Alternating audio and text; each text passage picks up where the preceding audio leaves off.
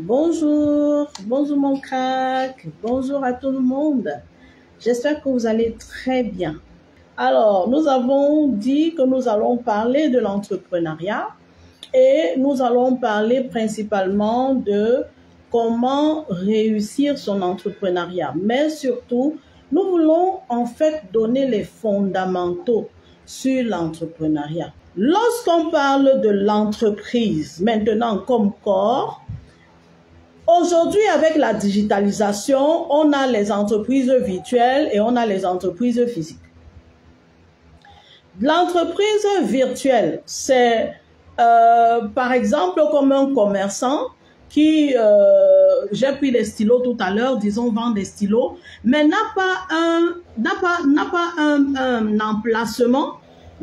emplacement physique où on peut le retrouver. C'est-à-dire que vous ne pouvez pas voir peut-être sa carte de visite quelque part avec son numéro de téléphone et un plan de localisation ou bien un lieu spécifique. Non, il est libre dans son business. Il le fait à la maison, il le fait dans sa chambre, il le fait partout en utilisant son téléphone.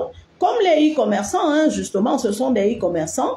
Il utilise son téléphone, il présente son produit, il vend son produit en ligne et il fait des livraisons. Il n'a pas un emplacement fixe pour dire que voici mon entreprise. Non. Alors, on ne peut pas dire que ce n'est pas une entreprise aujourd'hui. Avant, on pouvait dire, oui, ben ça, c'est pas vraiment une entreprise. C'est un peu la vente à la sauvette cybernétique, si vous voulez. Mais aujourd'hui, ça se constitue véritablement comme une entreprise. Et pour ceux qui me connaissent, ils savent que j'encourage aussi cette forme d'entrepreneuriat, surtout pour les femmes qui sont limitées dans leur mouvement, soit par les décrets de leur mari, ou soit par une infirmité, ou soit par quelque chose. Au lieu de rester à la maison à ne rien faire, on peut vendre en ligne. On peut acheter des bijoux, on vend en ligne. Je crois que pour ceux qui me suivent sur Facebook, TikTok, Instagram, tout ça, vous avez vu mes vidéos où j'ai donné certains exemples de choses qu'on peut vendre en ligne pour se constituer un capital. Donc, c'est une entreprise. D'accord? C'est une entreprise. Il faudrait maintenant la faire développer, mais ce n'est pas une entreprise que vous pouvez facilement léguer comme un héritage. Ce n'est pas une entreprise qui peut être générationnelle. Sur plusieurs plans, dans la société, on ne vous considère pas comme une entreprise. Vous ne pouvez pas, par exemple, aller à la banque, négocier un crédit avec un banquier sur la base de ce que vous faites le e-commerce et que vous n'avez pas un endroit physique, d'accord? Mais on vous considère comme une entreprise, sauf que c'est une entreprise véritablement limitée. Attention, je l'ai dit, je fais du e-commerce parce que dans les différentes facettes de l'entrepreneuriat que je fais également de la vente en ligne, mais avec une entreprise physique. Lorsque vous ne faites pas l'entrepreneuriat virtuel, vous faites donc l'entrepreneuriat physique. Vous avez donc une entreprise physique. Dans les deux cas, la question ici est de savoir comment réussir dans l'un ou dans l'autre cas. Il y a plusieurs éléments qui entrent en jeu. D'accord? C'est vrai qu'en quelques minutes, on ne peut pas véritablement tout se dire, mais il faudrait savoir qu'il y a plusieurs éléments qui entrent en jeu. Lorsque vous avez, par exemple, une entreprise virtuelle, vous êtes, par exemple, un e-commerçant, vous avez des choses que vous faites en ligne, vous avez des choses que vous vendez en ligne, il y a des éléments que vous devez prendre en compte. Le premier élément que vous devez prendre en compte sur le plan pratique, c'est la gestion des réseaux sociaux pour la vente en ligne. Avant d'arriver à la vente, il y a la gestion de votre fournisseur. Donc, quelle que soit l'entreprise en ce moment-là, que ce soit physique ou virtuel, vous avez le fournisseur et vous avez la vente, qui sont les deux éléments qui peuvent faire en sorte que votre entreprise progresse vite ou bien que votre entreprise regresse, c'est-à-dire entre en arrière. Le fournisseur en entrepreneuriat, Il faut tenir compte du fournisseur. La vente en entrepreneuriat, il faut tenir compte de la vente. Pour les fournisseurs, ils peuvent être des fournisseurs locaux. J'encourage beaucoup.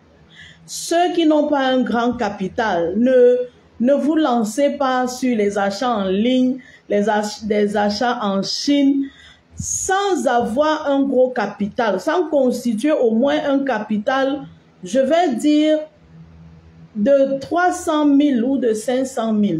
Ça ne sert à rien d'aller sur les réseaux sociaux, de faire des formations d'achat en ligne et d'acheter des choses de 50 000, de 100 000. Bon, peut-être j'exagère en disant que ça ne sert à rien, mais ce n'est pas pour moi, ce n'est pas vraiment très consistant pour te permettre de réussir ton entrepreneuriat. Je pense très fort qu'il vaut mieux prendre les 50 000, aller dans le marché local, regarder, avoir l'œil, voir quelle est la chose. Faites une étude du marché pour savoir dans quelle niche vous allez entrer, quel est l'élément que vous allez acheter, combien, à quelle hauteur vous allez démarrer et combien vous allez investir pour la vente. D'accord? Donc, en ce moment-là, lorsque le fournisseur est local, il y a des tracasseries, mais il n'y a pas tellement de tracasseries que lorsque vous prenez en Chine ou au Vietnam ou en Turquie ou autre. Mais si vous avez quand même un gros capital, vous pouvez faire la transaction sur l'extérieur. C'est intéressant de le faire parce que vous prenez à petit prix et vous pouvez très bien vous faire une bonne marge de bénéfice. La réussite de l'entreprise passe aussi par la gestion du fournisseur. C'est-à-dire quoi? C'est qui le fournisseur avec qui je veux traiter? Premièrement, est-ce que c'est un fournisseur local? Est-ce que c'est un fournisseur international? Il faut que je puisse savoir qui est le fournisseur avec qui je veux traiter. Alors, si c'est un fournisseur local, je dois également savoir quel type de livraison je vais faire. Est-ce que ce fournisseur-là respecte ses délais de livraison fixés? Si je dis par exemple que je veux prendre la marchandise chez monsieur X dans mon pays et je vais là-bas, je demande la marchandise, il me dit il me reste un carton. Je dis ok, je prends le carton, mais je voudrais 3 cartons. Quand est-ce que j'aurai les 2 autres? S'il me dit dans une semaine, jeudi de la semaine prochaine, est-ce qu'il est capable véritablement de me livrer jeudi de la semaine prochaine? Ou alors, est-ce qu'il ne respecte pas ses délais? Parce que si je traite avec un fournisseur qui ne respecte pas ses délais, je vais échouer dans mon business. Et il y aura des clients qui vont s'énerver, qui vont se fâcher de moi, alors que ce n'est pas de ma faute. Bon, ce n'est pas de ma faute parce que mon fournisseur ne m'a pas donné les produits à temps, mais c'est de ma faute parce que je n'ai pas veillé à voir si ce fournisseur est vraiment fiable au niveau des délais de livraison. C'est la raison pour laquelle lorsque je fais des formations pour les achats en Chine, je dis à mes mentorés, lorsque vous voulez acheter en Chine, prenez d'abord un argent que vous pouvez perdre sans pleurer. J'achète d'abord une marchandise pour 1 kg ou bien pour 1,5 kg. Je ne ramasse pas tout d'un coup. Non, je prends d'abord une petite quantité. Pourquoi je le fais? C'est pour tester le fournisseur.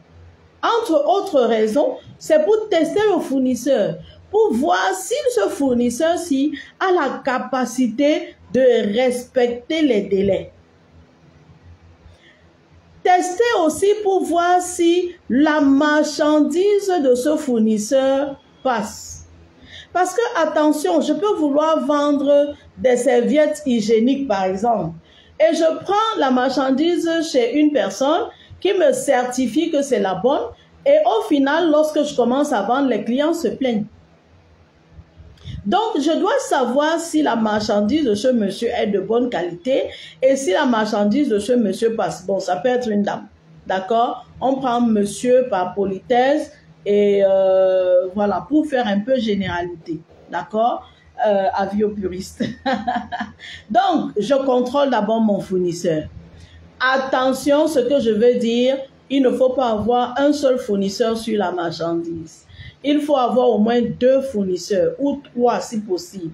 De sorte que si celui-ci ne respecte pas les délais, je peux rapidement me rattraper chez le second fournisseur pour que mon client qui attend ne soit pas dans le désespoir et ne m'abandonne pas. Parce que je dois mettre en tête qu'il y a beaucoup de gens qui vendent la même chose que moi. Ça, c'est pour le fournisseur et ça concerne les 2 types d'entreprises, c'est-à-dire l'entreprise virtuelle et l'entreprise physique.